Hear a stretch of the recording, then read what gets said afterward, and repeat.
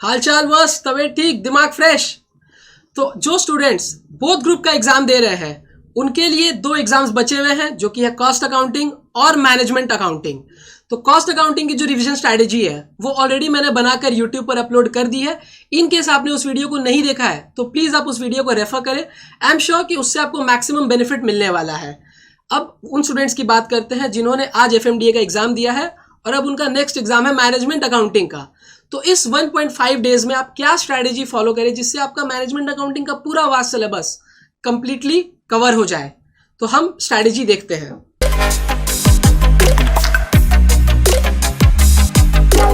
जैसे ही आप घर आओगे एग्जाम देकर, 5 बजे आपका एग्जाम खत्म हुआ, आप 7 बजे से पढ़ने बैठिए।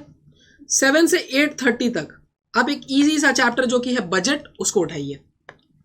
बजट में 1.5 आवर्स सफिशिएंट है। और बजट में आप ज्यादा एम्फेसाइज करिए ना कैश बजट को।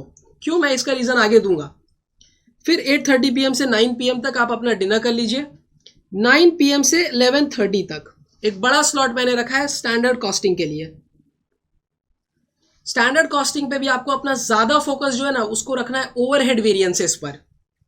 अब 11:30 से 12:30 अगेन एक छोटा सा चैप्टर डिसीजन थ्योरी आप उठाइए और डिसीजन ट्री के क्वेश्चंस को ज्यादा प्रैक्टिस करिए। कहां से आप क्वेश्चंस प्रैक्टिस करोगे वो सब मैं आपको बताने वाला हूं। नेक्स्ट डे 6:30 AM पे आप उठिए। 7 बजे तक आप फ्रेशन अप होके अपने टेबल पर बैठ जाइए पढ़ने के लिए। 7 से 10:30 तक एक बहुत बड़ा स्लॉट 3.5 घंटे का, इसमें आपको कवर करना है मार्जिनल कॉस्टिंग और डिसीजन मेकिंग। ये दोनों हो गए। फिर ब्रेकफास्ट कर लीजिए आप। 11 AM ऑनवर्ड्स आपको पढ़ना है ट्रांसफर प्राइसिंग। हालांकि ट्रांसफर प्राइसिंग का क्वेश्चन अभी तक नहीं पूछा इन लोगों ने, बट इस बार चांसेस है कि ट्रांसफर प्राइसिंग का एक क्वेश्चन आ सकता है। तो प्लीज ट्रांसफर प्राइसिंग को अच्छे से पढ़िएगा। फिर एक शॉर्ट ब्रेक के बाद आपको पढ़ना है एक्टिविटी बेस्ड कॉस्टिंग। 1.5 आवर्स में activity based costing completely cover हो जाएगा। बहुत ही इजी चैप्टर है और सिंपल कैलकुलेशंस करना रहता है। फिर आप लंच करिए, एक छोटा सा पावर नैप लीजिए जिससे आपकी ब्रेन अपनी 100% एफिशिएंसी पे वापस आ जाए। फिर आप पढ़िए डिविजनल परफॉर्मेंस मेजरमेंट। और डिविजनल परफॉर्मेंस मेजरमेंट में आपको पढ़ना है ईवीए और लर्निंग कर्व। क्योंकि लास्ट बार क्या हुआ था ना, डू पॉइंट का क्वेश्चन आया था, ईवीए का क्वेश्चन आया नहीं था। तो इस बार पूरा चांस है कि इकोनॉमिक वैल्यू एडेड का क्वेश्चन आएगा ही आएगा। फिर एक शॉर्ट ब्रेक के बाद आप पढ़िए थ्योरी पार्ट। थ्योरी पार्ट में जैसा कि आप जानते हैं 2 ही चैप्टर्स, एक इंट्रोडक्शन टू मैनेजमेंट अकाउंटिंग और दूसरा रिस्पॉन्सिबिलिटी अकाउंटिंग। इसमें से भी बहुत लिमिटेड थ्योरी है जो आपको पढ़नी है, वो भी मैंने सब एक चार्ट में बना दिया है। आप प्लीज उस चार्ट को रेफर करें, मैं दिखाऊंगा कौन सा चार्ट है, और उसी चार्ट से जितने भी थ्योरी क्वेश्चन मैंने मार्क किया उन सबको आप पढ़ लीजिए। आपका पूरा थ्योरी का कंप्लीट कवरेज हो जाएगा। फिर 9:15 तक आप एक ब्रेक लीजिए। 9:15 से 12 AM तक आप पूरा MCQ बैंक जो कि इंस्टीट्यूट ने डाला है आप उसको सॉल्व कर लीजिए। अभी क्या हुआ है ना कि दिसंबर 25 के लिए कुछ नए क्वेश्चंस MCQ बैंक में ऐड हुए हैं, तो उसकी वीडियो ऑलरेडी मैंने बनाकर यूट्यूब पर अपलोड कर दी है, जिसमें मैंने सिर्फ नए क्वेश्चन जो ऐड हुए हैं उनको कवर किया है। और पुराने जितने भी क्वेश्चंस हैं जो कि MCQ bank, bit questions, chapter wise MCQ है, उन सब का एक MCQ मैराथन बोलकर मैंने ऑलरेडी यूट्यूब पे अपलोड किया था कुछ समय पहले। मैं उसका भी लिंक इस डिस्क्रिप्शन बॉक्स में डाल दूंगा, तो आप दोनों ही वीडियोज को रेफर कर लीजिएगा, नए MCQs जो ऐड हुए हैं उनको भी और पुराने MCQs को भी। तो आपका MCQ का भी कंप्लीट कवरेज हो जाएगा। फिर 17 दिसंबर को डे ऑफ द एग्जाम पे आप 6 बजे उठिए, 6:30 बजे तक फ्रेशन अप होइए। 6:30 बजे से 9:30 बजे तक आप रिवाइज करिए। क्योंकि क्या है ना कि मैनेजमेंट अकाउंटिंग का जो सिलेबस है वो सबसे कम है इन 8 सब्जेक्ट्स में। तो आप 16 दिसंबर को ही सब कुछ पढ़कर रेडी रहोगे। अब 17 दिसंबर को आपने जो पढ़ा है, जो आपको लग रहा है कि इस चैप्टर पे मेरे को थोड़ा और ज्यादा टाइम देना था, उस चैप्टर को आप उठाइए और थोड़ा टाइम दीजिए, रिवाइज करिए। और अगर आपका डेविएशन कुछ हुआ है, जैसे कि 7 AM से 10:30 में आप मार्जिनल कॉस्टिंग डिसीजन मेकिंग नहीं कवर कर पाए, तो आप 10:30 तक ही पढ़िए। फिर जो मैंने शेड्यूल बनाया उसको फॉलो करिए। कुछ पार्ट अगर आपका पढ़ना रह गया है तो आप उसको यहाँ पर कवर कर लीजिए। कोई भी अगर आपके डेविएशन है तो उसको यहाँ पे आपको कवर अप कर लेना है। 9:30 AM के बाद आप रेडी हो जाइए, ब्रेकफास्ट कर लीजिए। फिर 10 AM से 12:30 तक अगेन आप थ्योरी पोर्शन कंप्लीट करिए। वापस क्या होगा ना कि हम जब एग्जाम से थोड़े समय पहले ही वापस थ्योरी पढ़ेंगे ना, तो वो हमारे मेमोरी में पूरा अच्छे तरीके से रिटेन रहेगा, तो हम लिख पाएंगे एग्जाम्स में। Question number 2A, question number 8B, दोनों ही क्वेश्चन थ्योरी का रहता है। तो थ्योरी का 14 मार्क्स का क्वेश्चन आएगा, तो आप चांसेस नहीं ले सकते हो कि आप थ्योरी छोड़ दो। जितना अच्छा थ्योरी आप पढ़ोगे उतना चांस ज्यादा हो जाएगा मार्क्स आने का। फिर आप सॉल्व कर लीजिए चैप्टर वाइज MCQ अगेन।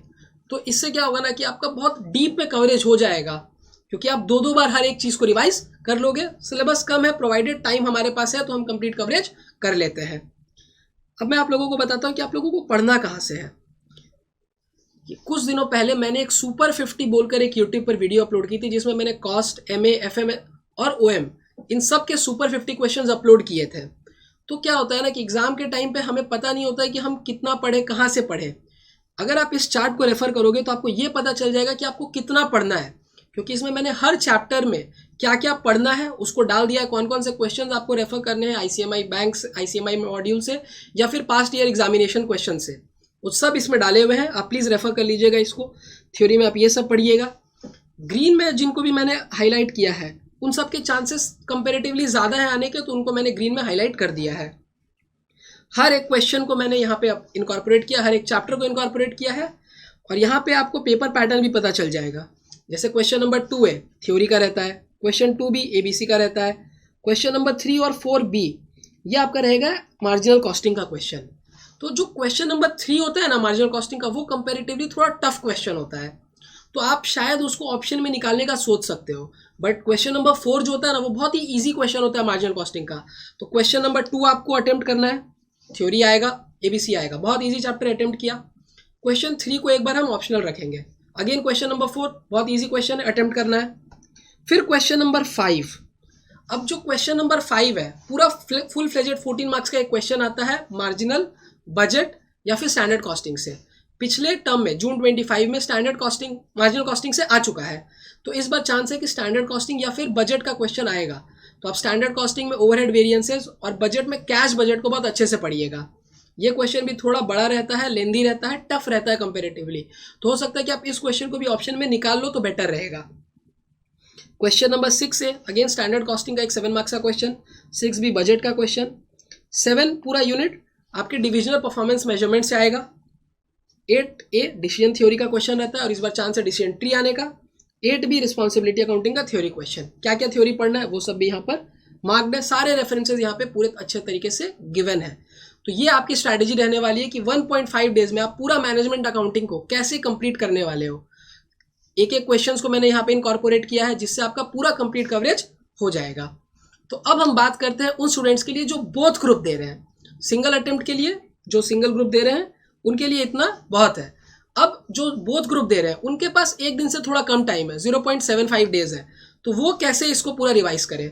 तो जाहिर सी बात है हर चैप्टर को आप कंपेरेटिवली थोड़ा कम टाइम दोगे एज कंपेयर टू जिनके पास 1.5 डेज है।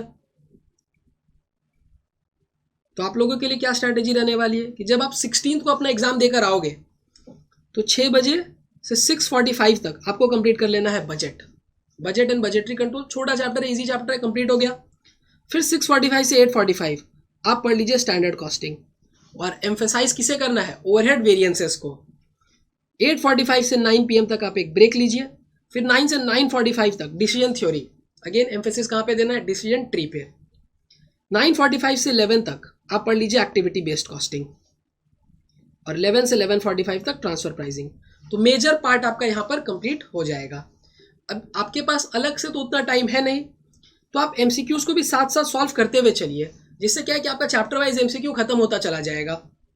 फिर 17 दिसंबर को 5 बजे शार्प उठ जाइए, 5:30 बजे तक फ्रेशन अप होकर एकदम टेबल पे बैठ जाना है पढ़ने को। 5:30 से 8 आप पढ़ लीजिए मार्जिनल कॉस्टिंग और डिसीजन मेकिंग। 8 से 8:30 बजे के बीच में आप रेडी होइए। 8:30 से 10 AM डिविजनल परफॉर्मेंस मेजरमेंट पढ़िए। फिर 10 से 11 के बीच में पूरा थ्योरी पढ़ लीजिए। 1 घंटा सफिशिएंट है थ्योरी के लिए, और थ्योरी में भी क्या पढ़ना है वो उस PDF में मार्क्ड है, तो आप आराम से उसको रेफर कर सकते हो। अब 11 AM से 12:30 तक आप सॉल्व कर लीजिए अपना MCQ बैंक। MCQ बैंक से ही 8 से 10 MCQs गारंटीड है कि आने हैं, इसी में से आएंगे 8 से 10 MCQ। तो आप देख रहे हो MCQ बैंक सॉल्व करने से आपका कितना मार्क्स सिक्योर हो जा रहा है, कम से कम 20 से 22 मार्क्स तो एकदम सिक्योर्ड है। तो ये स्ट्रैटेजी को आप प्लीज़ फॉलो करिए।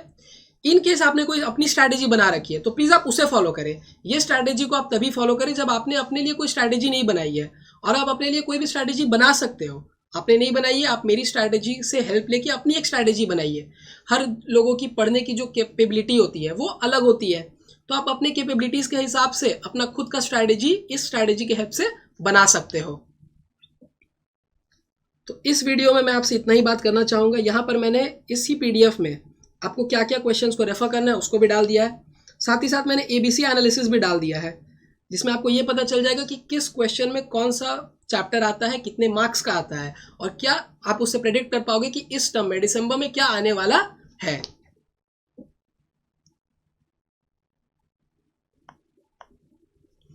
अभी क्या है ना कि बहुत स्ट्रेस रहता है दिमाग में, तो घबराना नहीं है।